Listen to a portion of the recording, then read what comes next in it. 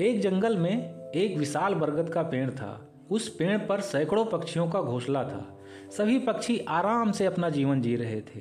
वे सभी पक्षी जब दाना चुगने के लिए अपने घोंसलों से दूर जाते थे तो अपने छोटे छोटे बच्चों और अंडों की देखभाल के लिए अपने समूह के ही एक पक्षी को वे लोग उस पेड़ पर छोड़ जाया करते थे। अंडों की रखवाली करने वाली एक मादा चिड़िया थी।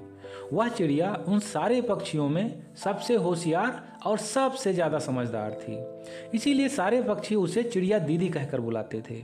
एक दिन उस बरगद के पेड़ के नीचे एक गिद्ध आया और आकर उसी पेड़ की जड़ में बने एक खोखली जगह में बैठ गया।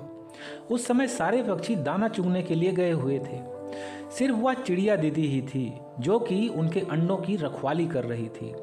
गिद्ध को देखकर वह चिड़िया बोली, हे गिद्धराज, आज आप इधर कैसे आ गए? क्या मैं आपके आने का कारण जान सकती हूँ? तब वह गिद्ध बोला, अब क्या बताऊँ चिड़िया बहन, मैं अब बहुत बूढ़ा हो चुका हूँ ना। महीनों हो गए मुझे शिकार किए हुए, क्योंकि जीवन के अब इस आखिरी पड़ाव में मैं पाप नहीं करना चाहता। इसीलिए मैंने मांसाहार का त्याग कर दिया है। अब तो जो भी रूखा सूखा मिल जाता है उसी को खाकर राम राम जपते हुए अपनी जीवन यात्रा पूरी कर रहा हूँ। चालाक गिद्ध की यह बात सुनकर चिड़िया बोली, अच्छा तो तुम अब एक शाकाहारी गिद्ध हो? गिद्ध बोला, हाँ बहन, बिल्कुल शुद्ध शाकाहारी। तब चिड़िया बोली, मुझे बेवकूफ़ समझ रखा है क्या? शेर के मुंह जब खून लग जाता है तब वह रोटी नहीं खाता। तुम्हारी तो नस्ल ही है मांसखोरों की। एक तो गिद्ध और ऊपर से मांस खाना छोड़ दे, ऐसा तो हो ही नहीं सकता। अब अपना ये शाकाहार का ढोंग बंद करो और निकल लो यहाँ से, नहीं तो मैं अभी सारे पंछियों को बुलाकर चोंच मार मार कर तुम्हें मार डालने का आदेश दे दूंगी।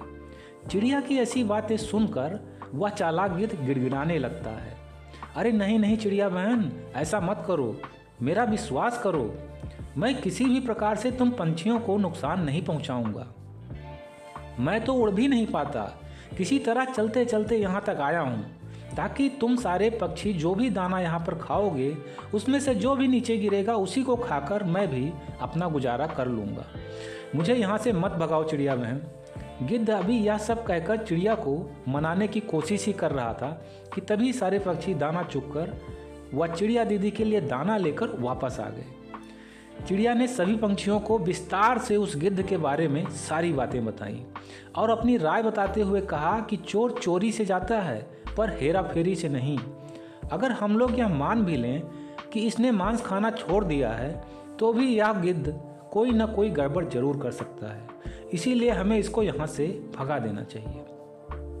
चिड़िया दीदी की सारी बातें सुनकर सभी पंछी सोच में पड़ गए। उधर उस पेड़ के नीचे बैठा हुआ गिद्ध जोर जोर से राम राम भसता जा रहा था। सारे पंछियों को उस गिद्ध को देखकर उस पर तरस आ रहा था।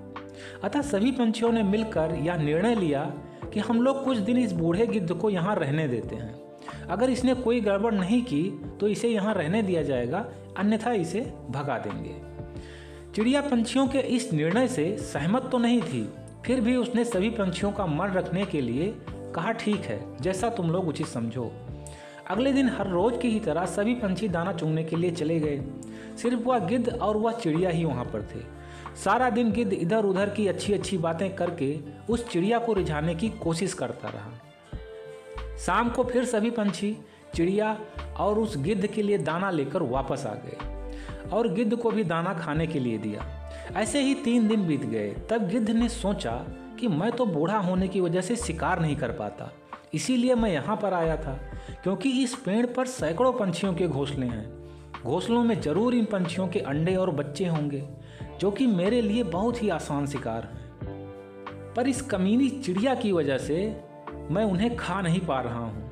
चिड़िया के बच्चों को खाने की बात सोचकर ही उस गिद्ध के मुंह में पानी आ जाता है। वह उस चिड़िया को वहाँ से भगाने का उपाय सोचने लगता है। अगली सुबह जब सारे पंछी दाना चुगने के लिए जाने लगे तो उस गिद्ध ने सभी पंछियों से कहा कि मैं सोच रहा था कि मैं तो अब ना ही उड़ सकता हूँ और ना ही कहीं आ जा सकता हूँ। दिन भर बेकार यहाँ पड़ा रहता हूँ, आप लोगों पर भी बोझ बन गया हूँ। मैं आप लोगों की और कोई मदद तो कर नहीं सकता, पर मैं आपके इन घोंसलों की रखवाली तो कर ही सकता हूँ। जब भी कोई खतरा महसूस होगा तो मैं जोर जोर से चिल्लाकर आप लोगों को बुला लूँगा। अतः आप लोग इस चिड़िया बहन को भी अपने साथ दाना चुगने के लिए ले जाइए। बेचारी इतने दिनों से यहाँ बैठी बैठी ऊब गई होगी।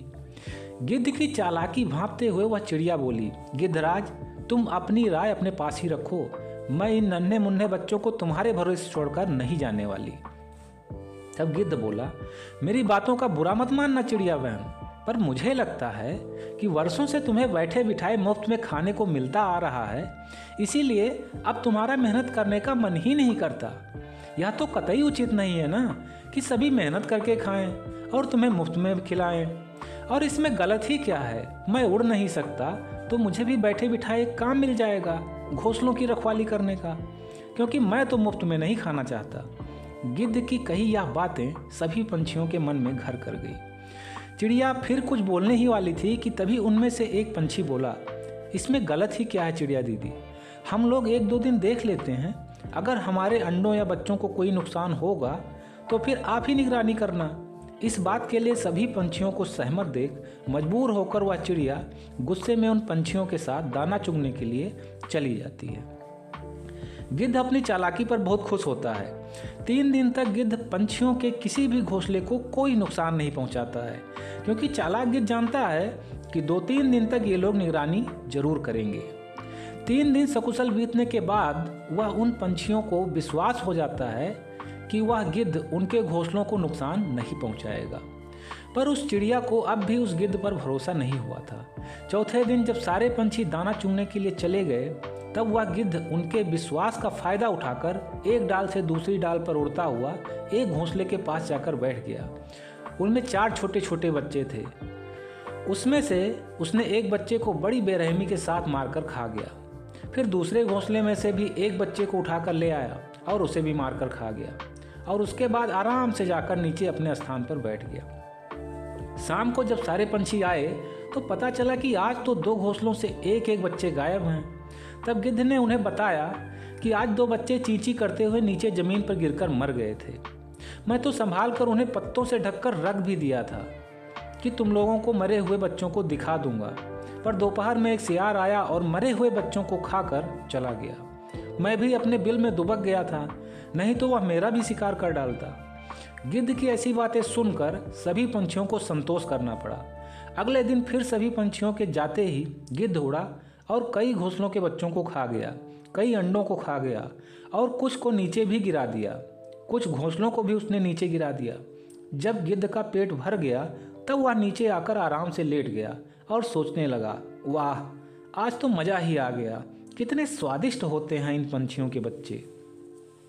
शाम को जब सभी पंछी वापस आए तो वह गिद्ध रोने का नाटक करते हुए कहने लगा, आज एक दुष्ट बंदर आ गया था, उसी ने कई घोंसले बर्बाद कर दिए, कई अंडे गिराकर तोड़ डाले, कई बच्चों को गिराकर मार डाला। हाय, अब मैं क्या करूं? गिद्ध की ऐसी बातें सुनकर सभी पंछी रोने लगते हैं, अपने अपने बच्चों को ढूंढने लगते हैं, पर किसी को कुछ नहीं मिलता है। सिर्फ कुछ टूटे हुए अंडे व घोंसले दिख रहे थे। चिड़िया समझ गई कि हो न हो यह सब किया धरा इसी गिद्ध का ही है, पर वह सारे पंछी उसकी बात का विश्वास भला क्यों करेंगे? चिड़िया कुछ सोचने लगी। अगली सुबह फिर वह चिड़िया सभी पंछियों को लेकर दाना चुगने के लिए निकल गई, पर इस बार उसने सभी को समझाते हुए कहा कि हमें उस गिद्ध पर भरोसा नहीं करना चाहिए। मुझे तो लगता है कि इस सब घटना के पीछे इसी गिद्ध का ही हाथ है। हमें आज दाना नहीं चुगना है, बल्कि उस गिद्ध की निगरानी करनी है।